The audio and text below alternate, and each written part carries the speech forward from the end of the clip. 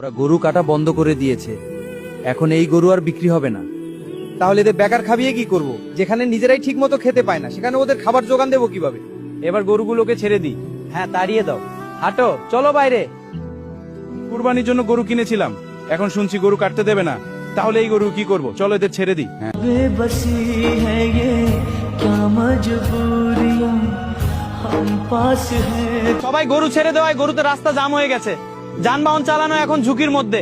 এর একটা ব্যবস্থা করা উচিত। আমার সব ফসল এই গরুগুলো নষ্ট করে দিল, এখন আমি কি খাবো? আমার সংসার চলবে কিভাবে? দুধের দাম এত বেশি কেন?